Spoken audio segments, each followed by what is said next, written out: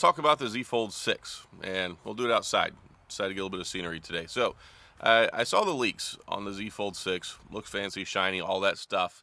But I've been also seeing some rumors, people talking about possibly a Z Fold 6 Ultra, which I don't really think we need, unless they're going to make some substantial changes to it and sell it for the same price. Hear me out. So the Z Fold 5, I still think for me, is the best. I know the OnePlus Open is fantastic. Some people like the Pixel Fold design. There's a lot of international foldable phones. But when it comes to the Z Fold 6, I said this especially after the Z Fold 5 came out. We saw all the other foldables. Samsung needs to innovate. And it's funny that we're having to talk about the originator of the mainstream foldable phone and lack of innovation. We've had basically the same old phone the last couple of years. And if they bring an an Ultra into the arena, then I hope it's not a cash grab. Now, we've had like the same old cameras, not a whole lot of change, still the biggest crease, all that stuff, still the heaviest, fattest, all that stuff. And if they do something like put the S Pen on the inside, then that would be some justification to leave it not as thin as some of the other phones. But we need more than like an S Pen on the inside. We need more than, hopefully they'll add S Pen support to the front screen. But if they try and say, okay, we'll put a better camera in there, we'll put the S Pen on the inside, whatever justification, and if they don't sell it for the same price, then I think that that's just a cash grab on Samsung's part, and it really doesn't do much to set them apart from the other phones. See, OnePlus came out with the Open, which everybody loves, and most people said it was the best foldable phone of 2023. And in some ways, I definitely agree. But I still think having an S Pen is fundamental to the Z Fold experience. I think it's important for having a foldable because if you've got a tablet experience, you've got a larger screen display, then you should be able to do some better multitasking, have an S Pen and stuff like that. Some people don't look at it that way though. And some people don't even want an S Pen. And that's where something like the OnePlus Open really comes into play. So if they come out with an Ultra and then they're like, oh, we'll finally give you a better camera, I don't think they can fit a 200 megapixel camera in there because it's just too thick. Like they need too much space in there. And I think there are also restrictions when it comes to like the telescopic telephotos and things like that. But ultimately, they've got to do some sort of innovation. And I thought we would start seeing some price drops because over time, the technology is supposed to get cheaper because it's more wide stream available. They've worked out some of the kinks. They don't have to reinvent the wheel every year. And maybe that's what kept it at $17.99 the past couple of iterations, but it's still for most people entirely too expensive. And I mean, look at the S24 Ultra. They bumped it up $100. So if they come back and they say, okay, Z Fold 6 Ultra, Z Fold 6, let's make it $18.99. Yeah, I think that's a step backwards. And I think it's just a move by Samsung to try and grab more money and not give us more of what we should expect out of a phone. Now, I don't even know if they'll give us the 7 years of support. At this point, we're just now at basically Samsung's been making foldable phones for 5 years. I mean, 5 years is questionable because you still have people popping up saying, oh, their display messed up, it cracked down the middle because of the crease and things like that. So even still today, 5 years later, there's still question marks in some people's minds about durability. And I mean, rightfully so. If you're going to spend basically almost $2,000 for a phone, you expect that, well, it's going to hold up and it's going to last. So I think there's a lot of question marks, but ultimately the biggest thing that has to be addressed is they have to bring more to the table. They can't just shave a millimeter off and make it a little bit shorter, a little bit wider. A lot of people have complained about the front screen experience on the Z Fold, and I get it, especially after using the Pixel Fold. I love the Pixel Fold front screen because it just gave you so much real estate, and then you could open it up if you wanted the inside, whereas Samsung's thought process is a little bit on the reverse because they look at the interior screen as the primary screen. And I've talked about this before too, but ultimately it's one of those things where there needs to be some change. Like we can't just be saying, okay, you get a new phone, $17.99, shave a millimeter here, shave a millimeter there, and call it a day and charge you another $1,800. And they've got to do something more with the camera this year. We can't use the same like 3-year-old 50 megapixel camera in an $1,800 phone. I've advocated for this for a long time. If you're going to sell a phone that costs $1,800, $2,000, it has to have the best of the best of the best. We can't just put a new chip in there, shave a millimeter off, shave 3 grams off or whatever, and then say, all right, here, buy the new phone. They could get away with that in the past because there was no competition.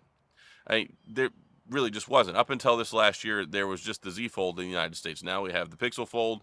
The Pixel Fold 2 is looking promising, especially if it happens to load with, like, come out with the Tensor 4. That would be great. It looks like they're doing some revolutionary stuff on the back with the cameras. You look at the OnePlus Open, sorry. You look at the OnePlus Open, and they did some really good stuff with the cameras too. Basically, bringing over the camera set from like the OnePlus phone, the OnePlus 11, OnePlus 12 look very, very similar when you look them up side by side. So there's been some innovation there, but still, I think that Samsung has been holding back and not giving us the best experience we could get, possibly from a hardware perspective, from a camera perspective. I mean, shoot, we got the S Pen support with the Z Fold 3, and we still can't use it on the front screen. And the Z Fold and the S Pen experience are like, I think that they're very intimately tied together. I think that you absolutely have to have the S Pen, and I think that that's one of the things that really helps the Z Fold stand apart.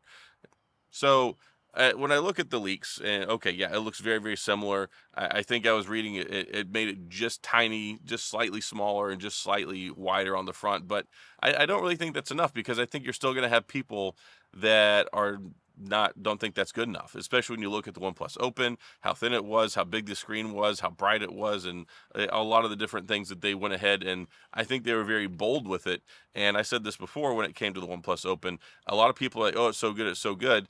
A lot of times with the OnePlus phones, people say it's good for a OnePlus phone, and it's kind of like a backhanded compliment. And I think finally with the OnePlus Open, people just said it's great.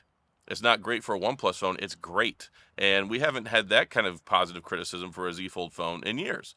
I mean, the original Z Fold, yes, it had its limitations, but it was groundbreaking. And then the Z Fold 2 had huge upgrades, big changes, and then they've kind of settled in on that design and made just a millimeter change here, a millimeter change there, and then heaven forbid we get an Ultra that they want to charge us possibly even more money for. When I hear them add the name Ultra to that, that tells me either A, they'll have to create a budget version and call the regular one the Ultra, which I'm mostly okay with. But when you throw that name Ultra on there, I really feel like it needs to bring more to the table than just the same old, especially when you take a look at the price points that they're selling these phones at. And we know they can go cheaper, because as soon as they come out, it's like, oh, here, double the storage upgrade, $1,000 trade-in credit here. A couple months later, it's $14.99. They need to find a good balance there between what they're trying to price gouge us in and what they actually offer and bring to the table from a hardware perspective. So a lot of people think that the phone game is pretty stale, and I mean, I agree. If you take a look at the phones year over year, not much fundamentally changes. Nobody's really reinventing the wheel. We've settled in on many of the designs, and I think Samsung has gotten away with it for a long time because there was no competition, but now there is. And when there's competition, you have to innovate, because if they don't, then people are going to hold out. They'll see the Z Fold, they'll be like, well, I'm going to wait for the OnePlus Open 2 because it was so good last year. Why should I settle and spend all this money on the Z Fold? And the other thing is they might bump it up. It's looking like we might get the Z Fold in July. So everything's kind of crept up. We had the February launch last year of the S23. Now we had a January launch for the S24 this year, and we're into like August with the Z Fold. So I think they're trying to push it up even further so they can try and capitalize on more sales and get them out before the other phones. And maybe that's more of a marketing ploy and a strategy than it is actually giving us a significantly better phone. We already saw what we got with the S23 Ultra last year and the Snapdragon 8 Generation 2. Huge. Not a whole lot of improvements this year with the hardware, but if you talk about bringing AI to the table, can they even fathom saying that they could give you 7 years of support? I don't think you could come out and say that that phone's going to last for 7 years. But anyway, we'll see what happens as we get further on down the road. I had some people asking me about this, so I thought I'd go ahead and make a video, because it's like, am I really excited about the Z Fold 6? At this point in time, not really. I mean, I like the Z Fold 5. I think it's good, perfectly fine. I still think it's the best overall when you look at it from what I think a foldable phone is supposed to do. But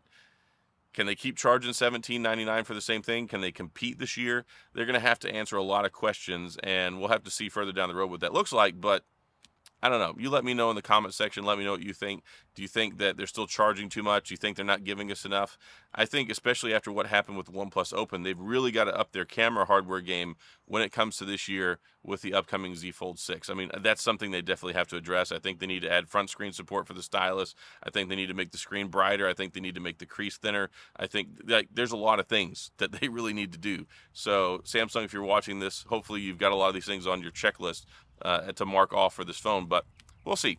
So that's all I've got. Hope you liked the scenery today. Came outside, got out of the office, and decided to go out for a walk and bring the camera with me. So that's all I've got. If you have any questions, comments, please go to the comment section. I'll do my best to get back with you. If you enjoyed the video, please hit the like and the subscribe button and the little notification bell if you want updates when new videos come out. And as always, thanks for being here. I appreciate you watching, and I'll see you guys next time.